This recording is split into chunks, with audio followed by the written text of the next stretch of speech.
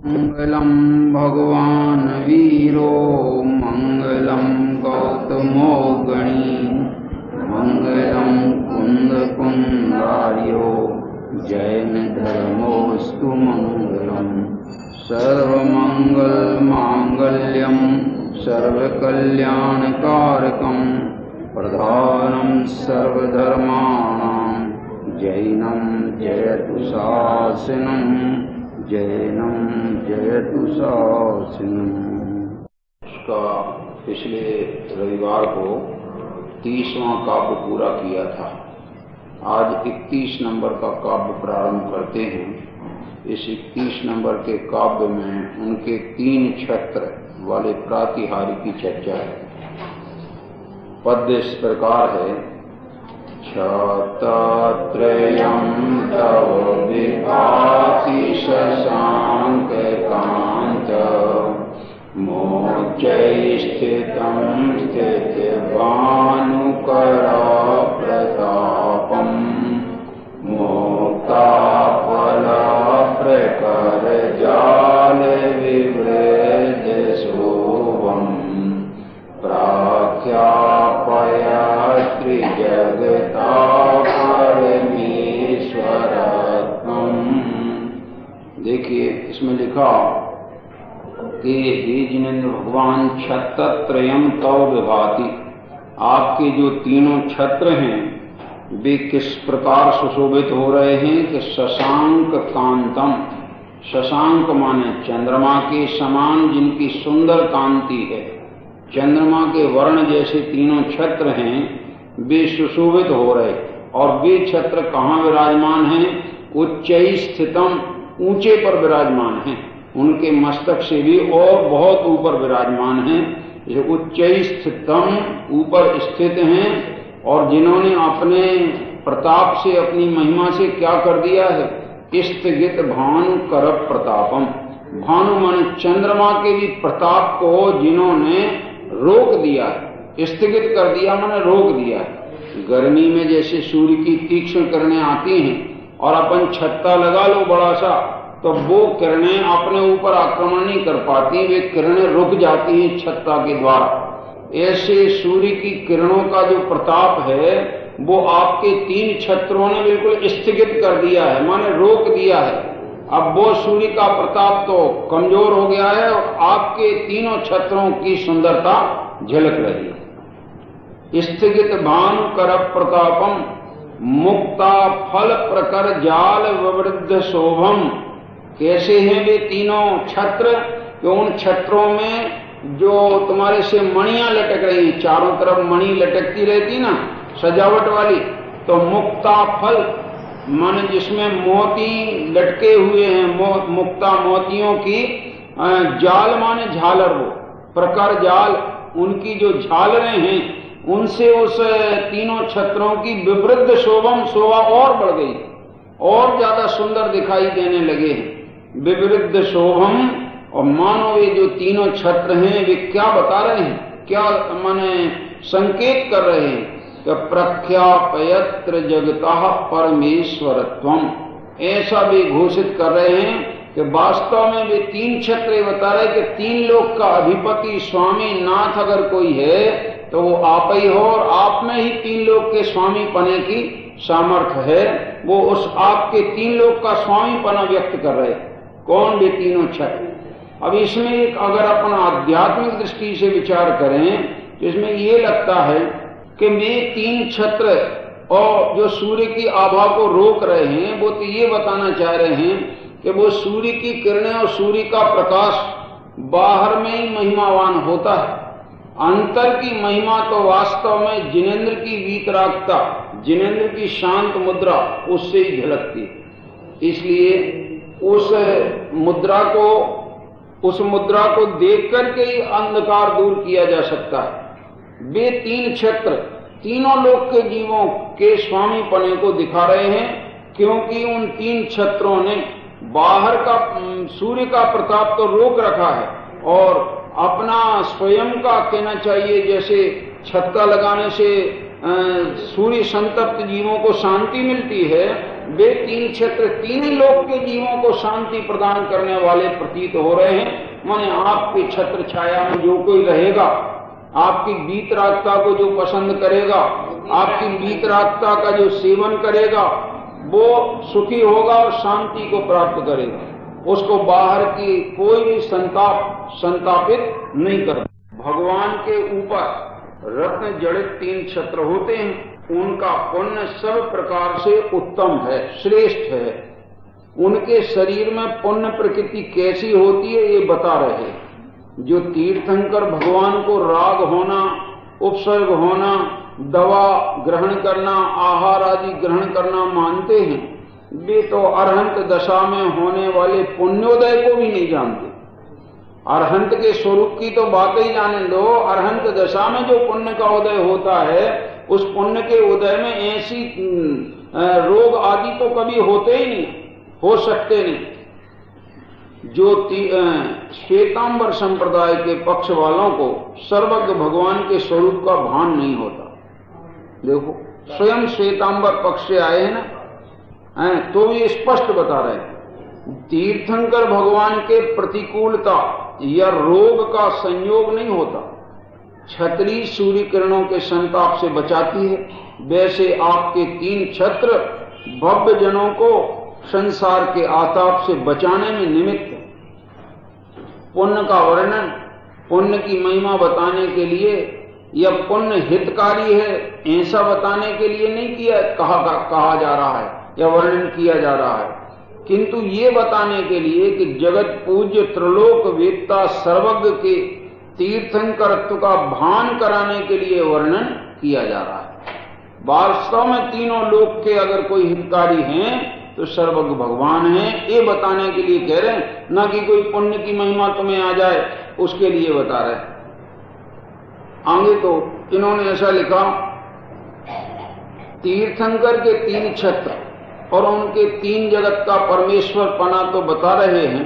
साधारण मनुष्य छत्र को हाथ से पकड़कर चलता है। देखो क्या कह रहे, हाथ को लेता है, छत्ता हाथ में लेके चलता है, किंतु आपको ऐसा नहीं करना पड़ता है।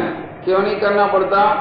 आपके तो स्वाभाविक पुण्य का योग ही ऐसा है कि वे तीन छत्र कोई और भी नहीं पकड़ता, निरावलंब चलते। जो यहां लिखा है इन्होंने, तीनों छत्र निरावलंबी होते हैं।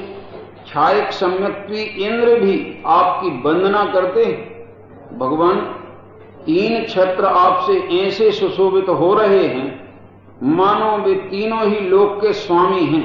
ये गजब बात है। छत्र से भगवान की शोभा नहीं है। क्या कह रहे हैं? भगवान से छत्रों की शोभा है। अपन कहे कि लोग सजावट के कारण भगवान जरा अच्छे दिखेंगे कि नहीं, भगवान के वीतरागता के सानिध्य में भी छत्र सुशोभित हो रहे हैं, नहीं तो उनकी कोई कीमत नहीं थी। इस प्रकार इन 8 प्रातिहारियों में चौथे प्रातिहार्य तीन छत्र का वर्णन किया।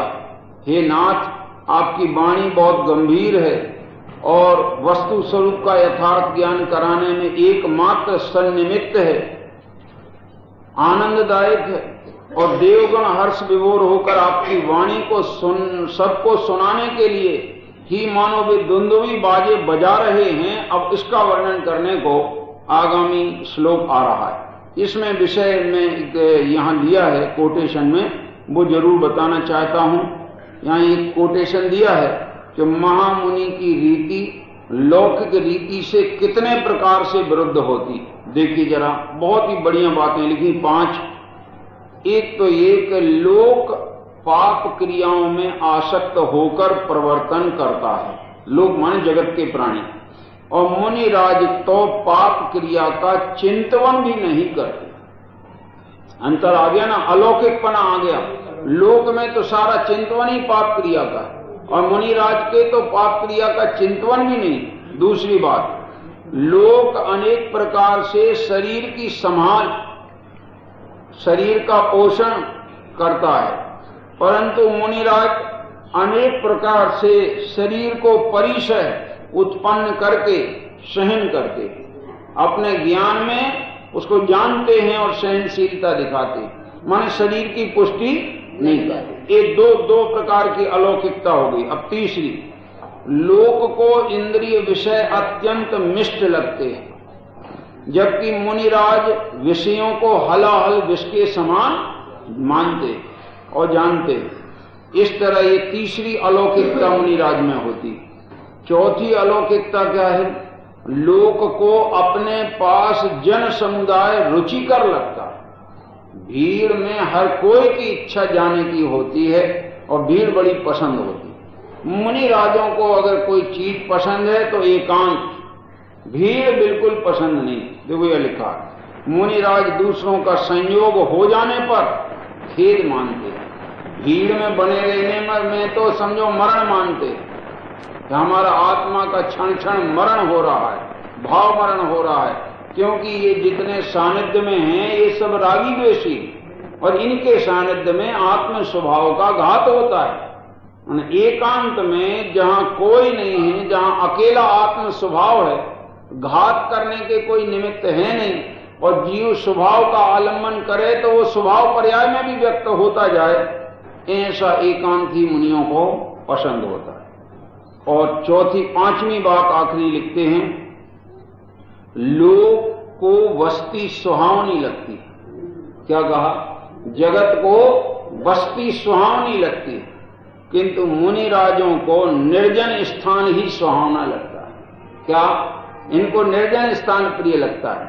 कहां तक कहें, महामुनि की रीति लौकिक रीति से सर्वथा विरुद्ध ही हुआ करती। ये महामुनि के विषय में इस प्रकरण में थोड़ी सी यहां बात कही। अब अपना जो पांचवा प्रातिहारी का वर्णन है, दुंदुभी, दुंदुभी जो बजती है उसका क्या अभिप्राय है? 32 नंबर का काम। गंभीर तार रव पूरित देख भागास, त्रैलोक लोक शुभ संगम भूति दक्षा, सधर्म राज जय घोषण घोष कासन,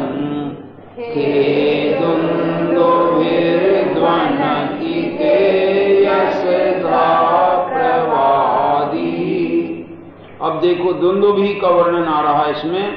कैसी है वो दुंदुभी? गंभीर तार रव पूरित दिग्विभागास। गंभीर मन जो दुंदुभी बजती है वो अत्यंत गंभीर होती है, स्पष्ट होती है, और जिसकी ध्वनि अत्यंत मधुर होती है, और दिग माने दिशाओं को वास्तव में गुंजायमान कर देती है। सारी दिशाएं उस दुंदुभी नाद से गूंज उठती, तो दिशाओं को जो गुंजायमान करती है। और कैसी है वो दुंदुभी? त्रैलोक लोक शुभ संगम भूति दक्षा। तीनों लोक के प्राणियों को जो सत्समागम का वैभव प्राप्त कराने की घोषणा करता हुआ वो दुंदुभी बजता है। और एक बात और है कि वो दुंदुभी तो ये आवाज दे रही है, नगाड़ा इस बात को बजा रहा है कि तुम जितने जगत के जीव हो, आओ, तुम्हारा भाग्य जाग गया है, जिनेंद्र के सानिध्य में आओगे, दिव्य ध्वनि सुनने को मिलेगी, तुम्हारा मोह अंधकार क्षय को प्राप्त होगा और तुम्हारा सौभाग्य जाग जाएगा। तो वो बाजा इसीलिए बजाया जाती, कभी कोई उत्सव करना हो और भीड़ इकट्ठी करनी हो, समाज को इकट्ठा करना हो, तो पहले क्या करना कि पहले तो बाजे आजे बजवा दो। बाजे बजे और लोगों के मन में एक लहर दौड़ी, अरे चलो चलो चलो, बाजे बजने लगे। तो वो जो चलने का भाव आया ना, उसमें वहां पहुंच करके उस वातावरण में तन्मय होने की लालसा जाग जाती है। अब वातावरण अगर मान लो बाजे बज रहे हो राग के, तो राग के बाजों में जाकर वहां तन्मय हो जाता है राग के कार्य में। जैसे तुम्हारे से बारात निकल रही हो और अच्छे जोरदार बज रहे हो 40 गांव के बैंड, है ना, अब वो बैंड सुनने को लोग आए तो वहां जो वातावरण मिलेगा राग का, नाच का, वो उसी में ही मग्न हो जाएगा, तो राग की पुष्टि करेगा। और यहाँ तो जिनेंद्र की धुंधुवी जो बजती है वो बीतरागता का नगाड़ा है। यहाँ तो अगर तुम आओगे, सुनोगे तो वीतरागता के कहना चाहिए प्रवाह में आनंदमयी हो जाओगे, उसमें डूब जाओगे, डुबकी लगाने लगोगे।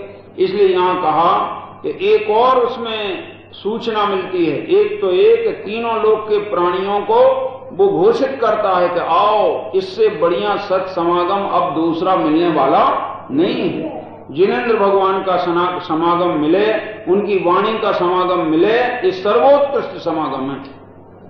और दूसरी बात ये भी वह घोषित करता है कि सद्धर्म राज जय घोषण घोषकासन, समीचीन जिन धर्म की और उस जिन धर्म के प्रणेता तीर्थंकर की मानो वो दुंदुभी है, वो जयकार की घोषणा कर रही है। जय हो वीतरागता की, जय हो वीतरागी धर्म की, जय हो वीतराग मार्ग पर चलने वालों की जय हो, अरे वीतरागता की चर्चा में लगने वालों की जय हो। ऐसी वो जय की घोषणा कर रही है। और आगे लिखा घोषकासन खे दुंदुभिर ध्वनति ते यशसा प्रवादी। खे माने आकाश, खा शब्द आकाश को बोलते हैं, उसका सप्तमी एक वचन खे बनता है। खे माने आकाश में, ते माने तुम्हारी, यशसा माने यश का गुणगान करने वाली, और प्रवादी माने अत्यंत स्पष्ट कथन करने वाली वो दुंदुभी ध्वनति, वो दुंदुभी बजती है। वो दुंदुभी के द्वारा वीतरागता का नगाड़ा बजता है। तो जिनेंद्र भगवान के जिन मंदिर में नगाड़े बजाए जाते हैं, अभी हम लोग देख के आए कई जगह, मालूम नहीं कौन सी जगह पर इलेक्ट्रिक के नगाड़े। शिवपुरी में देखा, शिवपुरी में वो उन्होंने बटन दबाया और वो पूरा नगाड़ा ऑटोमेटिक बजने लगता है, बहुत जोरदार, घंटे भी बजते हैं और नगाड़ा भी बजता है। मैंने कहा देव कितना जोरदार है। हमें भी आज भी याद है, हमारे गांव में मन जो टड़ाव है ना, टड़ाव, वहां तो बड़े नगाड़े नहीं है, लेकिन एक इतना बड़ा नगाड़ा रखा मंदिर के बाहर साइड में, और माली 5 बजे और उसकी ड्यूटी है कि उठ करके वो नगाड़े को 10 मिनट बजावे तो पूरा नगर जाग जावे और ये विचार करे चलो जिन मंदिर जाना है। समझ में आया कि नहीं? इनको नगाड़ा किसकी याद दिलावे? वीतरागता की याद दिलावे, जिनेंद्र भगवान की याद दिलावे, शुद्धात्मा की याद दिलावे, इसके लिए वो नगाड़ा है। तो जिन मंदिर में भी जो भी समझ लीजिए जो नगाड़े बजना चाहिए वो वीतरागता के बजना चाहिए। राग की चर्चा जिन मंदिर में नहीं होना चाहिए। इस तरह खे दुंदुभिर ध्वनति ते यशसा प्रवादी, वो निमंत्रण देते हैं कि ये जिनेंद्र भगवान की ध्वनि सुनने को पधारो, जो आएंगे उनका मोह राग द्वेष सब नाश को प्राप्त होगा और वे जिनेंद्र जैसे स्वयं बन जाएंगे। अब 33 नंबर का काव्य आ रहा है। मंदार सुंदर मेरु सुपारी जाते, संतान कादि कुसुमोत्तर वृष्टि रोदा, गंधोद बिंदु शुभ मंद मरोत प्रयाता, दिव्या दिवा पतित वच शांततीर्वा। कहते हैं मंदार सुंदर नमेरु सुपारी जाते, ये फूलों के नाम हैं।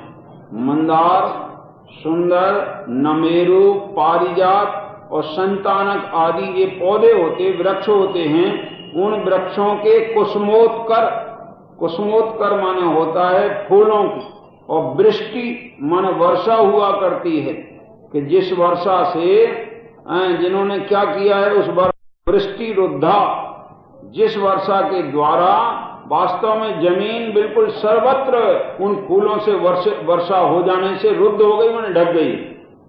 और गंधोद बिंदु शुभ मंद मरुत प्रयाता, उस काल में मंद मंद हवा भी चला करती। गंधोद कैसी हवा चलती है कि जिस हवा में सुगंधित जल के कण मिले हुए, गंध माने सुगंधित, उद्बिंदु माने जल के कण, और जिसमें मिले हुए हैं। और वो हवा कैसी है? शुभ मंद, शुभदायी है, सुखद है। और कैसे चल रही है? तेज नहीं चलती है, मंद मंद हवा बह रही है। मंद मरुत माने हवा, प्रयाता माने बहती है। दिव्या दिवा पतति ते वचसाम ततिर्वाम। वास्तव में तुम्हारे वो वचनों की जो पंक्ति है, दिव्य ध्वनि है, वो आकाश मार्ग से गिरती है। उसका अर्थ क्या निकला? आकाश से ध्वनि होती, वो जो ध्वनि होती है वो आकाश से होती है, दिव्य ध्वनि जिसको कहते हैं। ये भी एक प्रातिहार्य, दिव्य ध्वनि। वो नगाड़ा अलग प्रातिहार्य है और ये दिव्य ध्वनि का होना ये अलग प्रातिहार्य। इस तरह से यहाँ ये दिव्य ध्वनि का वर्णन किया। नीचे इन्होंने थोड़ा सा इसमें खुलासा किया है कि हे नाथ, पुष्प वृष्टि और सुगंधित जल वर्षा बाह्य और अभ्यंतर प्रसन्नता की प्रतीक है। ये पुष्प वृष्टि जो कोई करता है, अंदर में प्रसन्नता हो तो पुष्प वृष्टि करता है, अंदर में प्रसन्नता ना हो तो पुष्प वृष्टि नहीं करता है। तो पुष्प वृष्टि और सुगंधित वर्षा। देखो अभी शादी ब्याह में पहले वो छिड़कते हैं ना, क्या गुलाब जल छिड़कते ना, गुलाब जल। तो गुलाब जल काय के लिए छिड़कते हैं? तो उसकी गंध फैलती है। तो ऐसे ये उस महोत्सव में ये बताना चाहते हैं कि इस समय ये आनंद का महोत्सव है, मंगल महोत्सव है। इसलिए जो कोई महोत्सव में शामिल होंगे उन सब में गंध फैल जाएगी, काहे की? आनंद की गंध फैल जाएगी। समझ में आएगा नहीं? यहां भी कहते हैं कि जो जिनेंद्र भगवान के सानिध्य में आते हैं वहां तो वीतरागता की हवा बहती है, वहां मंगल गान गाए जाते हैं, आनंद के गीत गाए जाते हैं। वहां पुष्प वृष्टि ये बताती है कि अंतरंग में वहां आने वालों को सबको अंदर में बाहर में शांति है, आनंद है। इस कारण से वो वृष्टि होती है। जैसे लोक में साधारण जन के स्वागत में फूल बिखेरे जाते हैं, इनको लिखा है ना?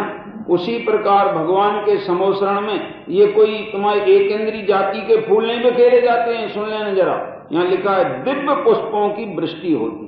वे दिव्य माने देवीय पुष्प होते हैं, वो कोई वृक्षों से तोड़ तोड़ के एक इंद्री जीव वाले नहीं होते। समझ में आया ना? दिव्य पुष्प वृष्टि होती है, सुगंधित जल बिंदु मंद मंद हवा के साथ फूल गिरते हैं। इससे भगवान को कुछ प्रयोजन नहीं है, लेना देना भी नहीं है, ये सब होता है। परंतु ये सब देवता अपनी भक्ति वश करते हैं। संतों के हृदय में भी आत्मा का आनंद हिलोरें लेता है। तीर्थंकर भगवान को साक्षात पूर्ण आनंद परमानंद है। उनके समोसरण में जो दिव्य फूल बरसते हैं, उनकी ठंडी और मुख ऊपर की ओर रहता। अरे वो डंडी मालूम, वो फूल जब गिरते हैं तो बरसते ऐसे सीधे, लेकिन जब गिरते हैं जमीन पे तो डंठल नीचे चला जाता है और फूल ऊंचा हो जाता है, सीधे के सीधे गिरते चले जाते। समझ में आया? और ये तो विज्ञान का भी नियम है आपका। जो जैसे विज्ञान का ये नियम है कि पेन रखा है, अगर इसमें पीछे ढक्कन लगा दो फिर ये कभी भी गिरेगा तो नोक के बल नहीं गिरेगा, इसका ही नियम है ऐसा। इसमें ढक्कन लगा हो, उनकी निब कभी टूटती नहीं। पीछे लगा हो ढक्कन, फिर गिर जाए कितने ऊपर से, गिरते ही साथ वो उल्टा गिरता है, क्योंकि उस साइड वजन रहता है। फूलों में भी जहां डंठल होता है वो शायद ऐसा भी उल्टा क्यों ना गिराया जा रहा हो, वो डंठल के कारण वो नीचे डंठल चला जाता, फूल सीधे हो जाते। तो वर्षा होती है फूलों की, चाहे जैसे जमीन पे आके वे बिल्कुल एक से एक खिल करके जम जाते हैं, ऐसा कह रहे हैं। बड़ी सुंदरता उसमें झलकती है। तो उनके समोसरण में जो फूल बरसते हैं, उनकी डंठल नीचे और मुख ऊपर रहता है। वह यह भगवान के उस उपदेश का प्रतीक है कि अंदर में वृद्धिगत हो और पवित्रता में ऊर्ध्वमुखी बनो। देखो क्या अर्थ निकाला उन फूलों में से। वे फूल ये कह रहे हैं कि फूल जब अंदर में वृद्धि को प्राप्त होता है तो पूर्ण प्रफुल्लित हो जाता है, और फिर उसका जो मुख है वो कहां को हो जाता है? ऊपर को हो जाता है। तो कि आप भी धर्म को धारण करके अंदर में तो प्रसन्न हो और तुम्हारी पवित्रता इतनी हो कि ऊर्ध्वमुखी माने सारे जगत में फैल जाओ। ऐसा ये 33 नंबर के काव्य में ये एक और पुष्प वृष्टि वाला प्रातिहारी का अतिशय यहाँ वर्णन किया। अब आगे फिर कहते हैं शुंभत प्रभावलय भूरि विभाति भोस्ते लोकात्रये दुतिमतां दुतिमाक्षिपन्ति प्रोदद्दिवाकर निरन्तर भूरि संख्या दीप्या जयास्तमनिशामपि सौम्य सौम्याम्। अब देखिए क्या कहते, शुंभत प्रभावलय भूरि विभा विभोस्ते।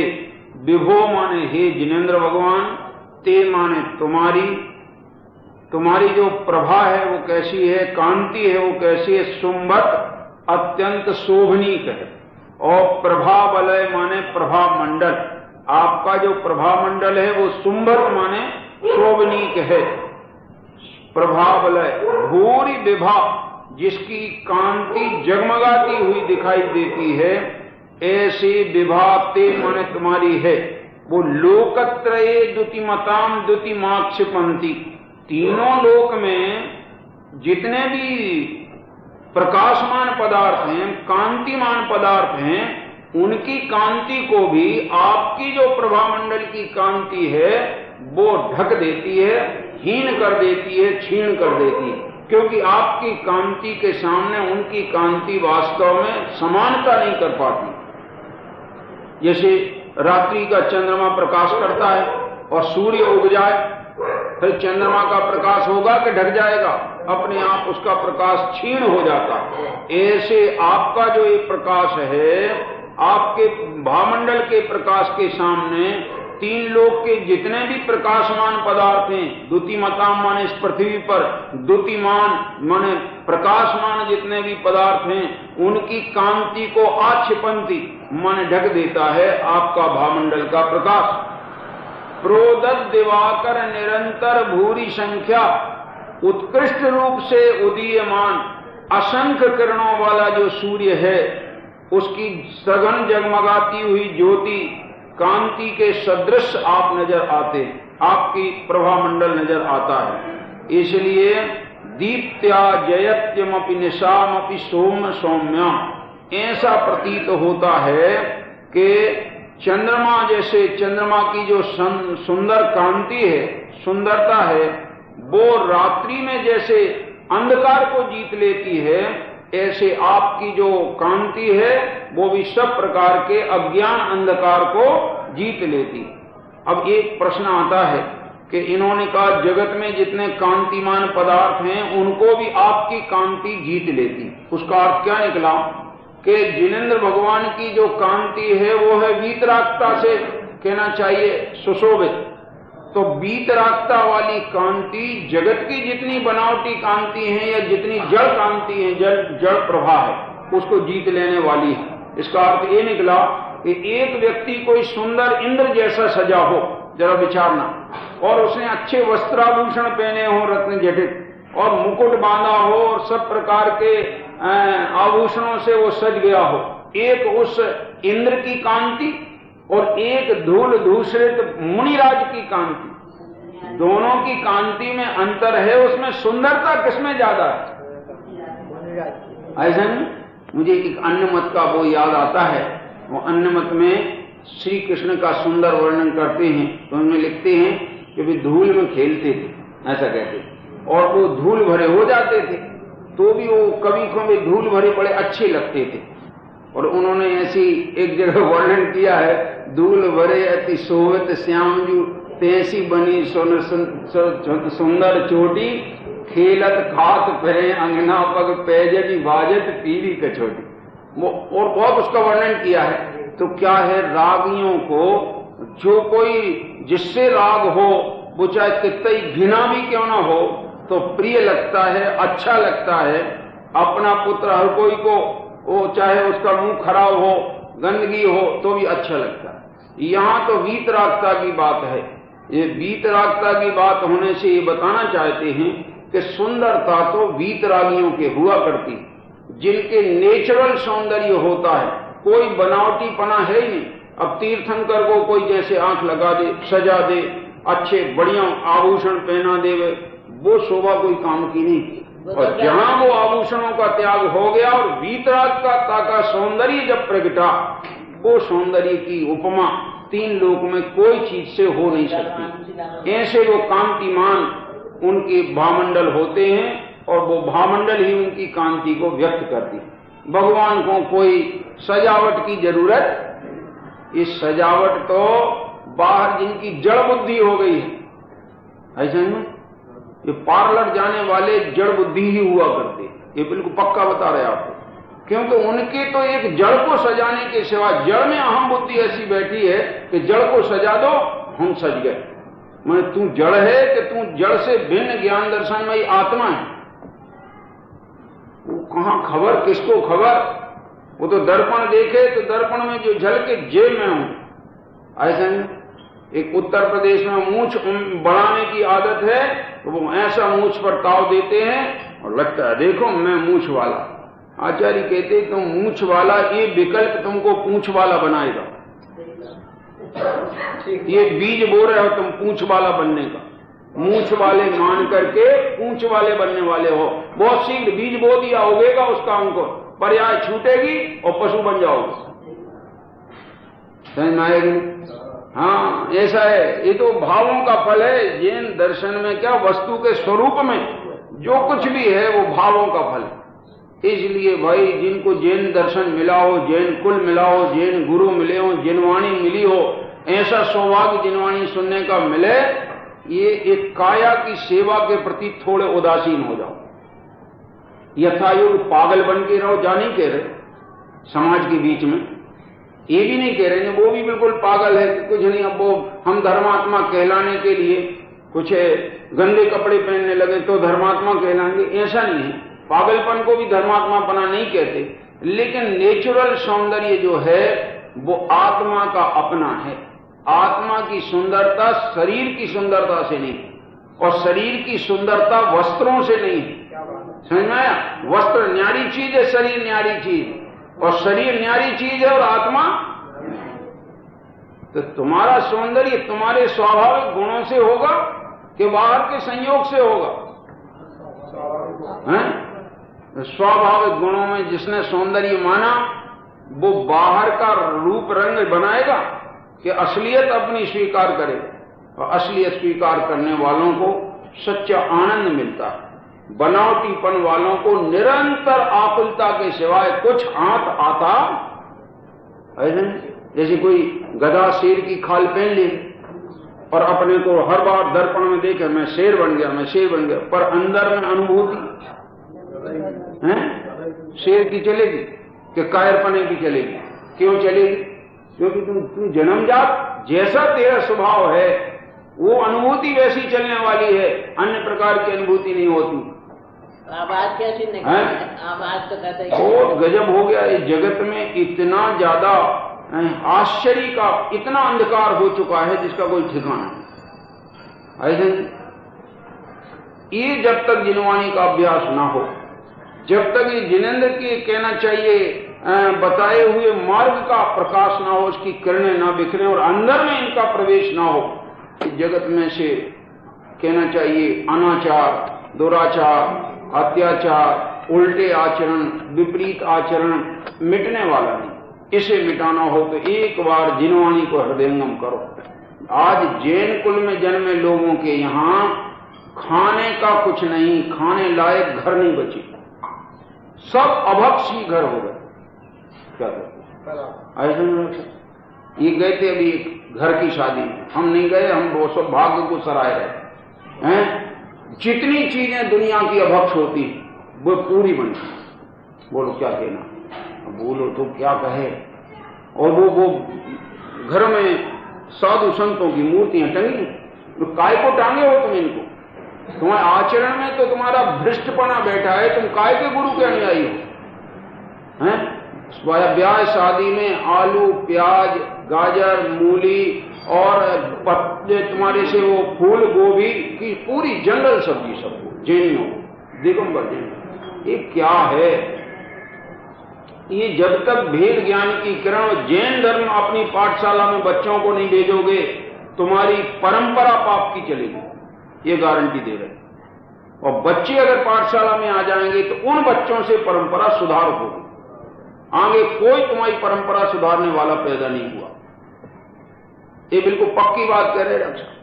हमें खुद पाठशाला का संस्कार है। बचपन में टड़ा में पाठशाला पढ़ी, बिल्कुल पहली कक्षा से वहां पढ़े और वहां पढ़े, तो उसका संस्कार रहा करे अपन को जैनियों को ऐसे चलना चाहिए, ऐसे रहना चाहिए, अन्य के सामने अपने धर्म की, अपने आत्मा की लाज बचाना चाहिए।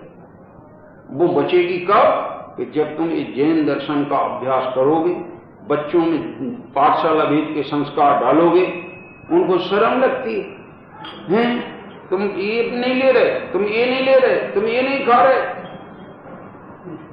ऐसा उनको। और उल्टा उनके लिए आश्चर्य, आधी रात को खा रहे, सब जैनी खा रहे, सियाने खा रहे, 80 वर्ष के खा रहे, 70 वर्ष के खा रहे हैं, और जैन नाम लिखा रहे।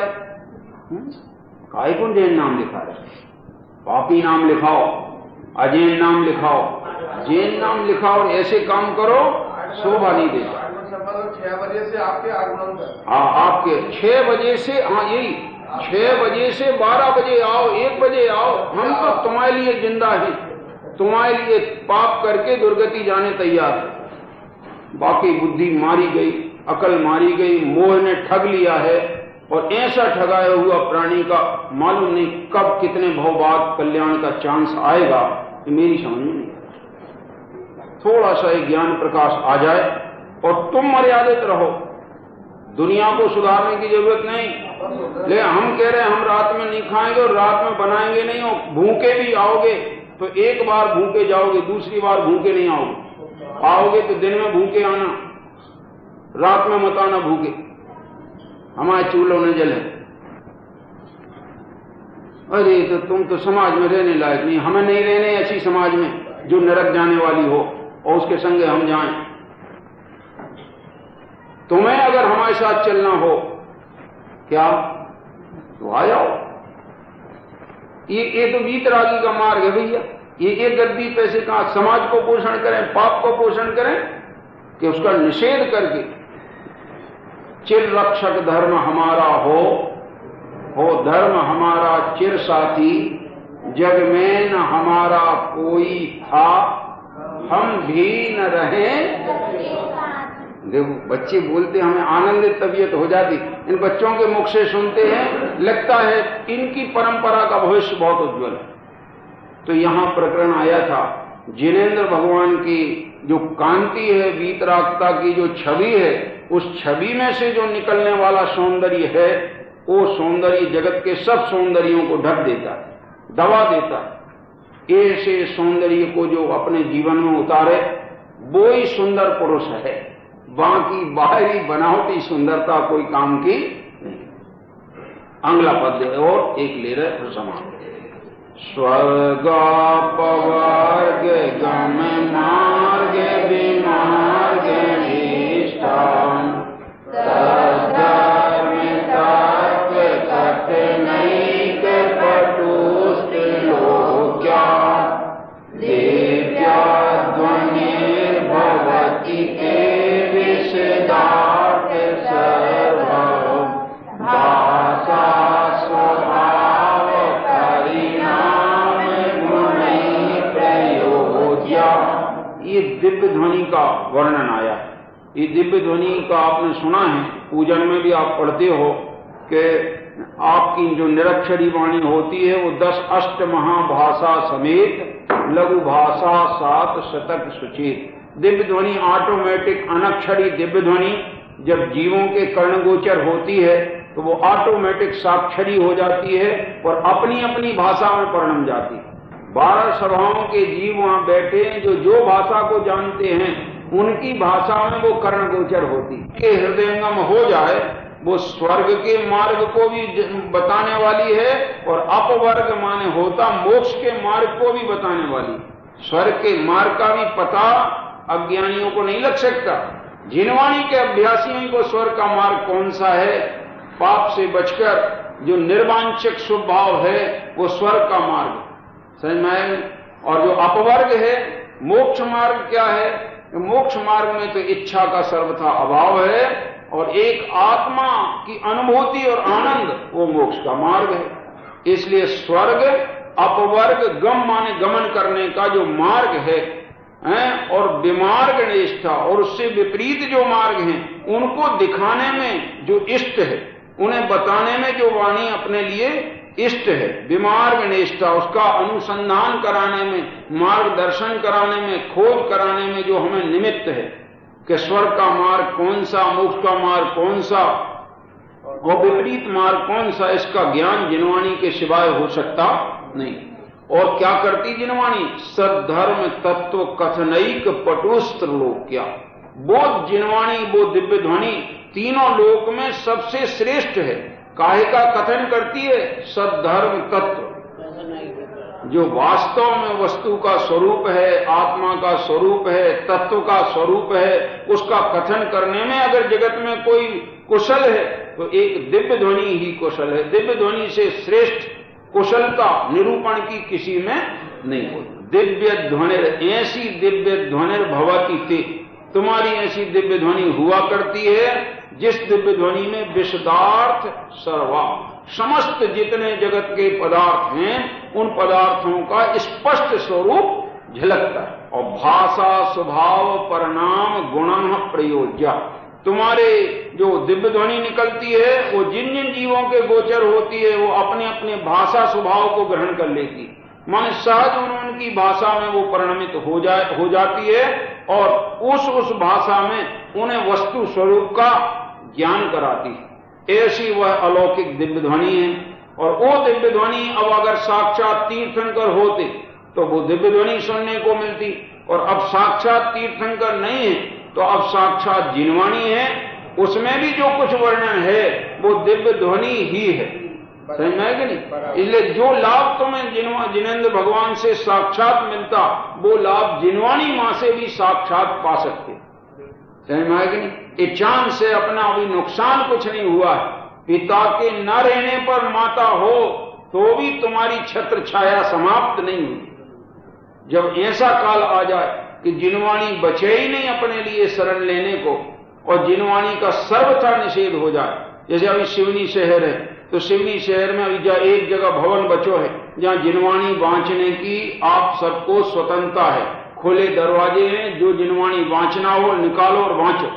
मंदिर ऐसी जगह जहां जिनवाणी पे ताले लगे हैं और जा जिनवाणी नहीं बांच सकत, जा नहीं बांच सकत, जा नहीं बांच सकत, इतने बोल नहीं सकत, चर्चा नहीं कर सकत, ब्याह शादी की कर सकत, लड़का बच्चों की कर सकत, बाल बच्चों की कर सकत, जन्म की कर सकत, मरण की कर सकत, विसंवाद कर सकत, पंचायत कर सकत, लेकिन शुद्ध आत्मा की बात नहीं कर सकत। जिन मंदिर को नरक बना दिया, क्या करें? सच्चाई को सुनने की क्षमता नहीं रही, धारण करेगा कहां से? सुनने की भी हिम्मत जिसमें ना हो सत्य को, वो हृदय में कैसे उतारेगा? धारण कैसे करेगा? कठिन काम। इसलिए अपने को तो इतनी जगह जी समझो स्वर्ग है। क्यों बाहर बैठे कोई अरे कहां, ये तो फालतू चर्चा कर रहे, उठो इतने से चलो। अच्छा आप करके देखो ये चर्चा, अभी जहां पूजा करते हो वहीं तुम ये चर्चा करके देखो, 50 जन टूट पड़ेंगे, क्या कर रहे हो इधर, चलो जाओ। हाँ फालतू बात, दूसरी कोई चर्चा करो। इसलिए भाई ये तो चांस मिला है, अवसर मिला है, इसका लाभ जरूर लो। 35वें काव्य का विशेष खुलासा थोड़ा सा अगले बार में करेंगे।